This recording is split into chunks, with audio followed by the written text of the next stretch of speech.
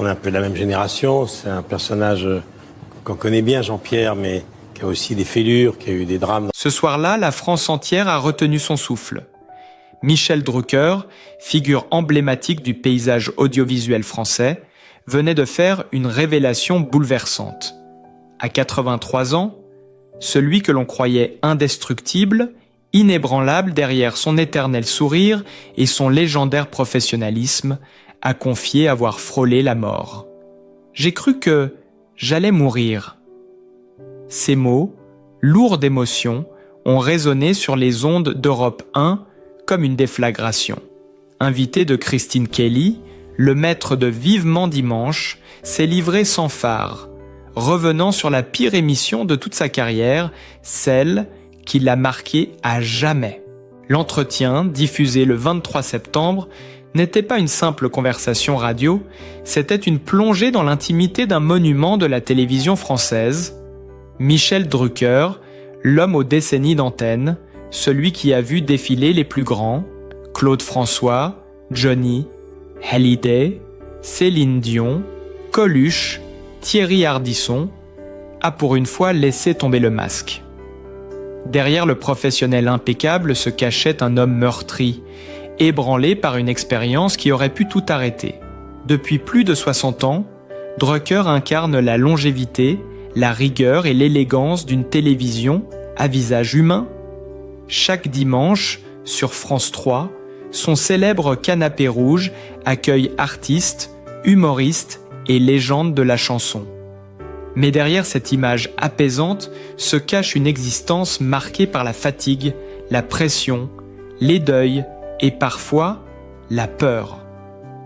Dans son dernier livre « Avec le temps », édition Albin Michel, l'animateur revient sur ses instants de doute, sur ses coulisses que le public ignore. Et c'est en évoquant l'un de ces épisodes terribles, celui où tout a failli basculer, qu'il a décidé, pour la première fois, de briser le silence. Ce soir-là, dans le studio d'Europe 1, le ton était grave, la voix tremblante. Michel Drucker, l'homme des dimanches, s'est confié comme jamais, livrant le récit d'un moment où la télévision n'était plus un jeu, mais une épreuve de survie. Ce moment, Michel Drucker s'en souvient comme si c'était hier. L'émission en question, il la redoutait déjà, avant même d'entrer sur le plateau. Tout semblait pourtant normal. Les caméras en place, le public prêt à applaudir, les invités installés sur le célèbre canapé rouge. Mais derrière son sourire professionnel, il sentait son cœur battre plus vite que d'ordinaire. Une angoisse diffuse s'installait. J'ai senti quelque chose d'anormal, une faiblesse, une chaleur étrange dans la poitrine. Quelques minutes plus tard, alors que l'émission était en direct, l'animateur emblématique vacillait, blême, cherchant discrètement son souffle entre deux phrases. Devant des millions de téléspectateurs, Michel Drucker jouait sa vie sans que personne ne s'en rende compte. Le public, lui, ne voyait qu'un présentateur concentré, peut-être un peu fatigué. Personne n'imaginait qu'en coulisses, un drame silencieux était en train de se produire. J'ai cru que j'allais m'effondrer là, sur le plateau, confie-t-il à Christine Kelly, la voix encore nouée. Les techniciens, alertés par son visage livide, se tenaient prêts à intervenir, mais Michel, fidèle à sa légendaire pudeur, a tenu bon. Par fierté, par instinct professionnel, il a continué jusqu'au bout, refusant d'interrompre l'émission. Il n'était plus seulement un animateur, il était un survivant sous les projecteurs. À la fin du tournage, il s'est effondré en loge. Les médecins ont parlé de surmenage, d'épuisement extrême, de signes précurseurs d'un accident cardiaque. Ce jour-là, Michel Drucker a compris que la télévision pouvait tuer. Le rythme effréné, la pression constante, la peur de décevoir. Tout s'était accumulé au fil des ans, jusqu'à cette émission maudite. Quelques mois plus tard, il subissait une lourde opération du cœur. À son réveil, il ne pensait qu'à une chose: retourner à l'écran. Cette obstination, presque déraisonnable, illustre toute la complexité du personnage. Michel Drucker n'a jamais su vivre loin des caméras. La télévision, c'est son oxygène, sa raison d'être. Même affaibli, même marqué par la douleur, il voulait continuer à faire sourire les autres. Lorsqu'il raconte cette histoire aujourd'hui, ses mots résonnent comme un aveu, mais aussi comme une leçon. Derrière les paillettes du petit écran, il y a des batailles invisibles, des cicatrices que la lumière ne montre pas. Et ce soir-là, dans le silence feutré du studio d'Europe 1, on pouvait presque sentir cette vérité vibrer dans l'air, suspendue à chaque mot, à chaque souffle de Michel Drucker, ce monument humain que la mort elle-même a frôlé sans jamais parvenir à éteindre. Ce 5 avril 1986, dans le mythique studio Gabriel, tout semble être réuni pour une émission parfaite. Michel Drucker, au sommet de sa carrière, animait Champs-Élysées, l'un des programmes les plus regardés du pays. Ce soir-là, il accueillait une invitée d'exception, Whitney Houston, à peine 23 ans, fraîchement propulsée au rang de star mondiale. Elle incarnait la jeunesse, la grâce, la voix d'un nouveau monde. En face d'elle, une légende française, Serge Gainsbourg, déjà auréolé d'un génie provocateur. L'atmosphère était électrique, mais personne ne pouvait imaginer ce qui allait suivre. Les projecteurs s'allument, le générique s'efface, la caméra cadre Michel Drucker. Il introduit, avec son élégance habituelle, ses deux invités, Whitney Houston, souriante mais timide, salue le public d'un geste gracieux. À côté d'elle, Gainsbourg, costume sombre, cigarette à la main, l'œil brillant d'une ivresse à peine dissimulée. Dès les premières secondes, Michel sent que quelque chose cloche. Le regard du chanteur français se fait insistant, ses gestes un peu trop appuyés.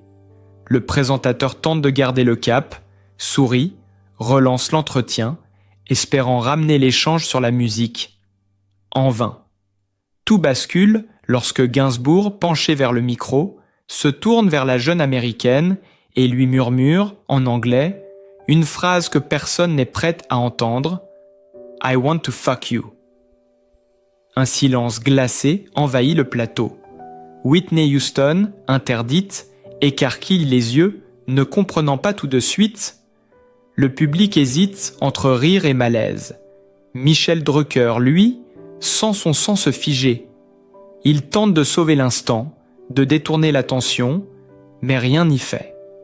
La télévision vient d'assister à un dérapage en direct, sous le regard de 8 millions de téléspectateurs.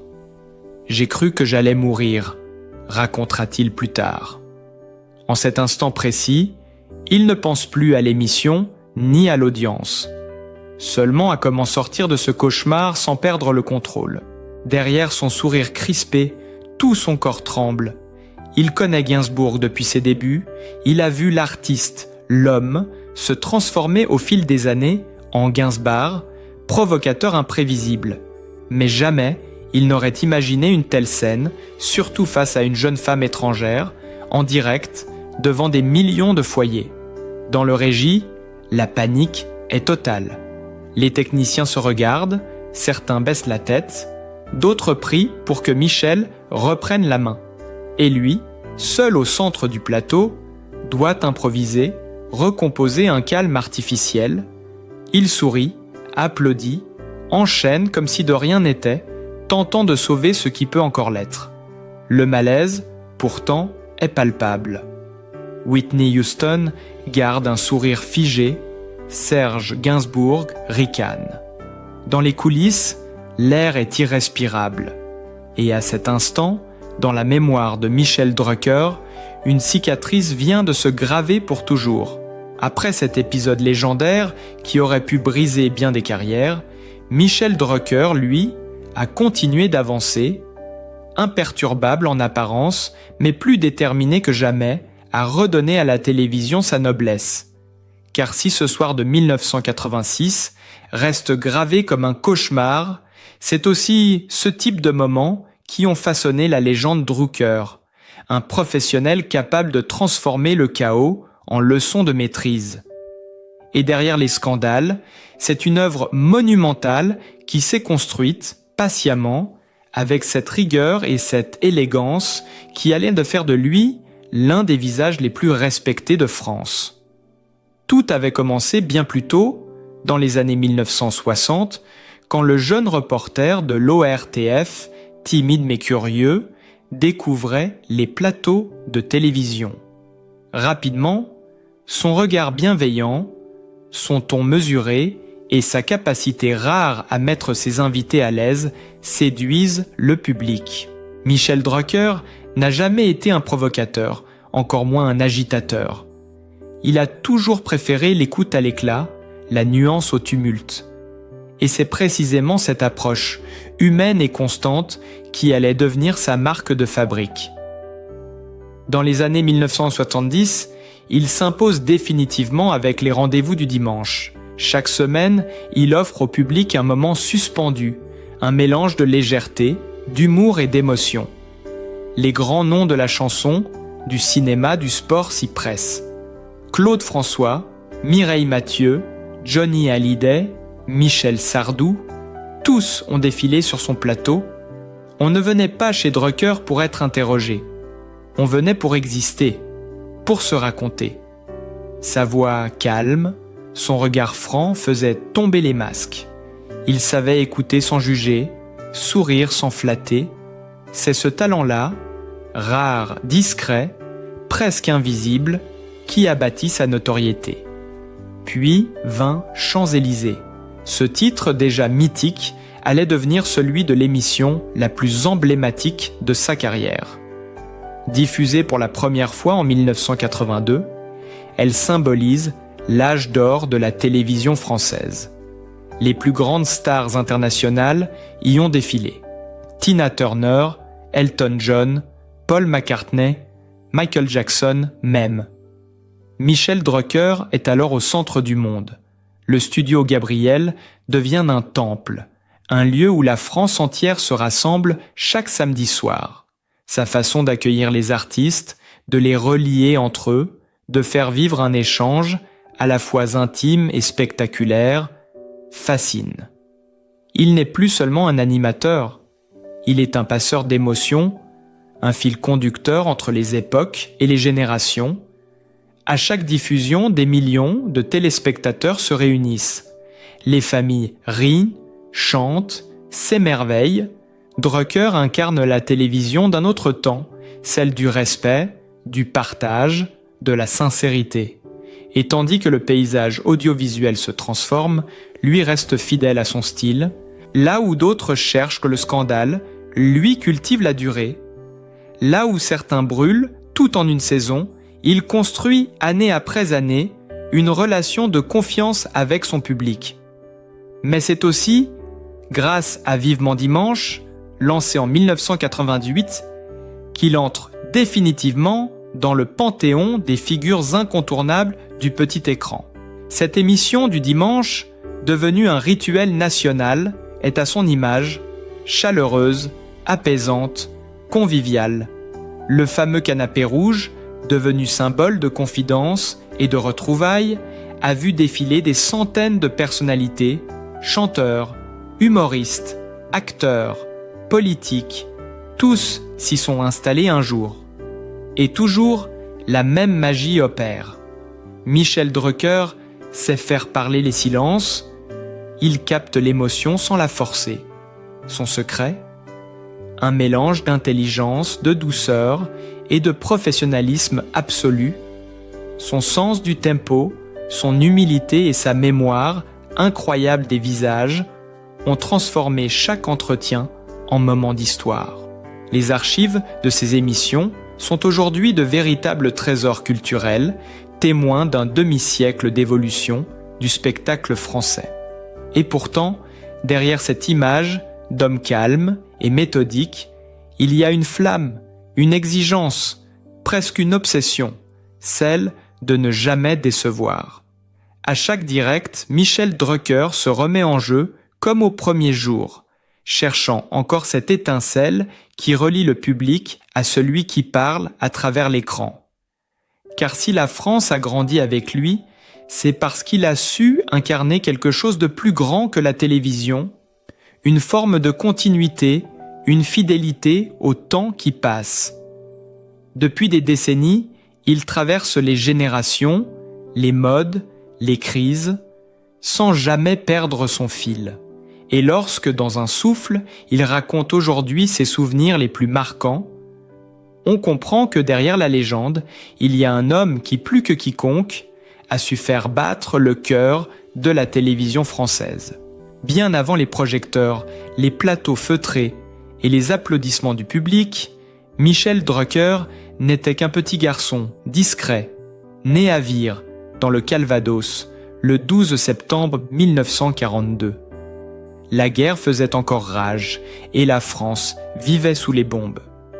Dans cette Normandie déchirée, la vie était rude, les rues souvent silencieuses, la peur omniprésente. Sa famille, d'origine modeste, portait en elle la rigueur du travail, mais aussi les cicatrices de l'exil.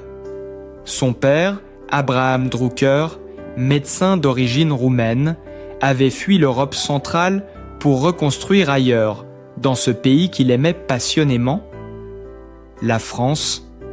C'est dans cette atmosphère de gravité mêlée d'espérance que Michel a grandi, entre les ombres de la guerre et la lumière d'une enfance studieuse. L'enfant réservé observait plus qu'il ne parlait. Dans la maison familiale, le père exigeant imposait la discipline, la mère veillait à la douceur, et les trois fils, Jean, Jacques et Michel, apprenaient très tôt la valeur du mérite. Jean deviendrait plus tard un dirigeant emblématique de la télévision française, Jacques, un brillant universitaire, et Michel, celui qui allait prêter sa voix à des millions de Français. Mais à cette époque, rien ne laissait présager un destin sous les projecteurs. Il n'était ni le plus bavard, ni le plus confiant. Il passait des heures à écouter la radio, fasciné par ces voix qui savaient raconter le monde sans qu'on voie leur visage. La voix, déjà, l'attirait comme une présence rassurante, une force invisible capable de relier les gens. Les années d'après-guerre ont forgé son caractère. À l'école, il n'était pas le premier de la classe, mais celui qui ne renonçait jamais. Il travaillait lentement, méthodiquement, cherchant à comprendre avant de répondre. Son père, rigoureux jusqu'à la sévérité, le poussait à l'excellence. Dans la vie, Michel, il faut être irréprochable. Cette phrase, gravée dans sa mémoire, deviendra sa boussole. Car derrière le sourire tranquille qu'on lui connaîtra plus tard, il y aura toujours ce besoin d'être à la hauteur, de ne pas décevoir. À la maison, la culture tenait une place centrale. On lisait, on débattait, on écoutait la radio d'État. La télévision n'existait pas encore même, mais Michel, sans le savoir, s'y préparait déjà. Il imitait les speakers, s'amusait à annoncer des programmes imaginaires, rêvait d'un monde où la parole pouvait faire voyager.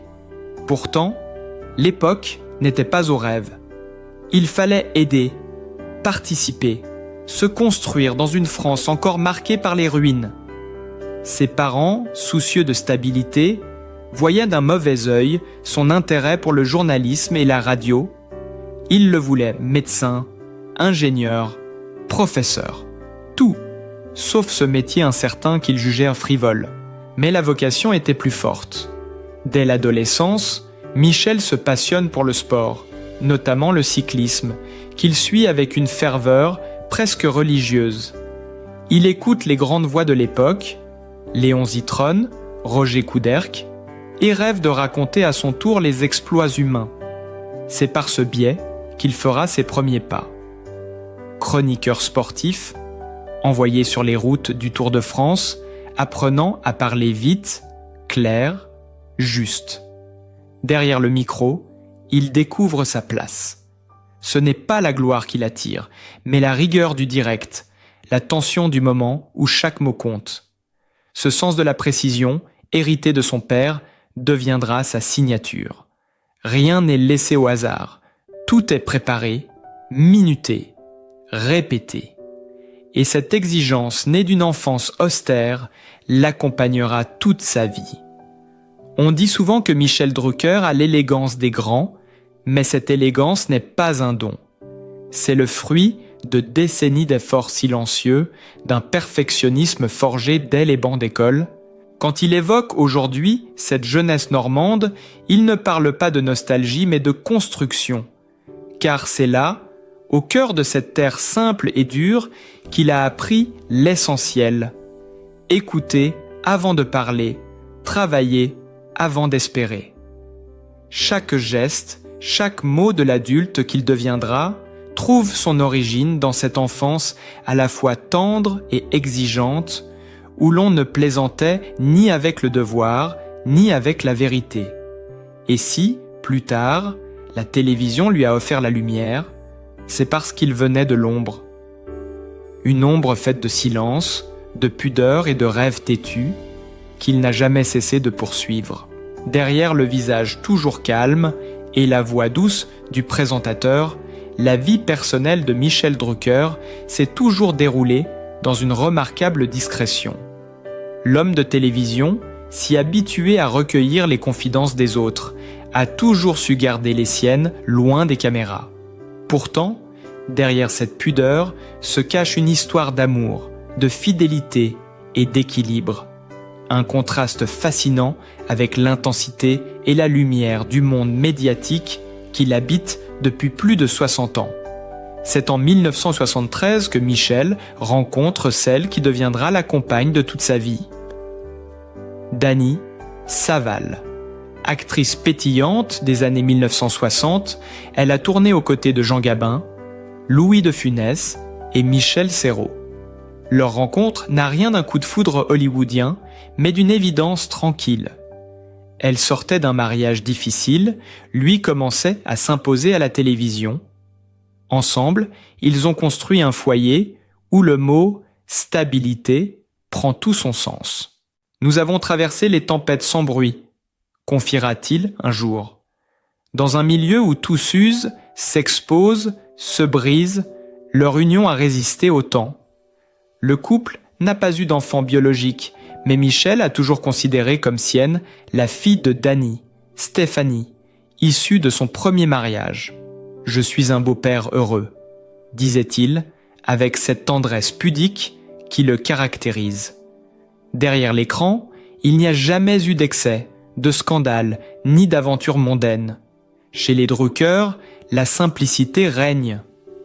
Leur maison, nichée dans la campagne du Vaucluse, près des Galières, est un refuge de paix. Là-bas, loin du tumulte des plateaux parisiens, Michel retrouve son souffle. Le matin, il fait du vélo sur les routes ensoleillées de Provence. L'après-midi, il écrit, lit ou reçoit des amis fidèles. Tout est ordonné, mesuré, presque monacal. La résidence des Galières, entourée d'oliviers et de lavandes, est plus qu'une maison, c'est un lieu de ressourcement. C'est là qu'il s'est remis de ses lourdes opérations cardiaques, là qu'il a retrouvé la force de remonter sur scène et de reprendre vivement dimanche. Les habitants du village, habitués à croiser Michel au marché, le voient comme l'un des leurs. Pas de limousine, pas de garde du corps, juste un vélo, un sourire, un bonjour sincère. Dans cette simplicité, il retrouve les racines de son enfance normande, le goût du travail bien fait, le respect du silence et de la nature. À Paris, son autre vie se déroule dans un appartement sobre mais élégant, situé non loin du parc Monceau. C'est là que tout se prépare. Les émissions, les lectures, les projets, les livres. Son bureau, impeccablement rangé, est tapissé de photos en noir et blanc, souvenir d'une existence passée entre les stars et les studios. Sur la cheminée, une photo de Dany, souriante, et une autre de Claude François, l'ami disparu trop tôt. Chaque objet semble raconter une histoire. Chaque cadre renferme un morceau de mémoire. Mais Michel Drucker n'a jamais voulu être prisonnier de la nostalgie. Même à plus de 80 ans, il garde le regard tourné vers l'avenir. Il vit à 2 vitesses. La lenteur de la campagne et le rythme effréné des plateaux.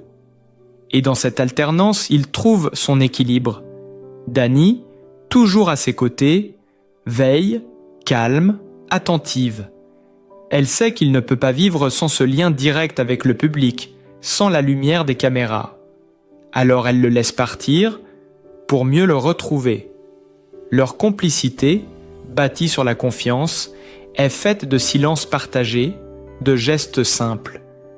Pas de grandes déclarations, mais une fidélité constante. Lorsqu'il parle d'elle, sa voix se fait plus douce. Elle a tout supporté mes absences, mes inquiétudes, mes insomnies. C'est elle, ma stabilité. Et en effet, c'est cette stabilité qui lui a permis de tenir, d'affronter la maladie, les épreuves, les deuils. Chez lui, rien n'est laissé au hasard.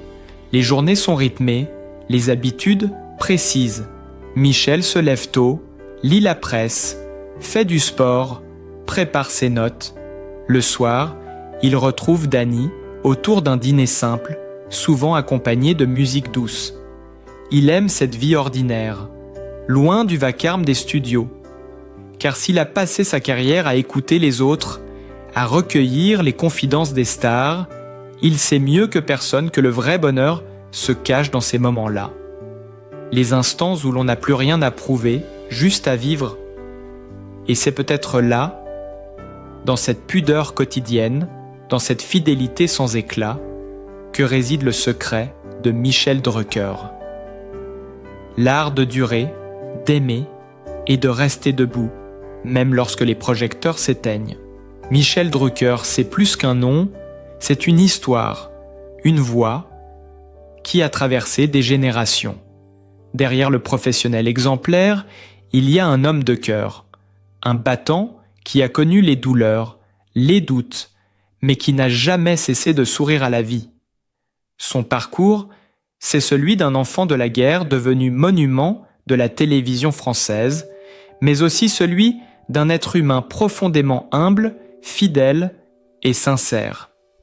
Alors, si son histoire vous a touché, si vous ressentez comme nous le respect et la tendresse qu'il inspire, prenez un instant pour le soutenir. Laissez un like pour honorer sa carrière. Partagez cette vidéo pour que son message d'humanité et de courage continue de rayonner. Et surtout, abonnez-vous à la chaîne pour ne rien manquer des prochains récits qui, comme celui de Michel Drucker, rappellent que derrière chaque légende, il y a un cœur qui bat. Une vie, une émotion.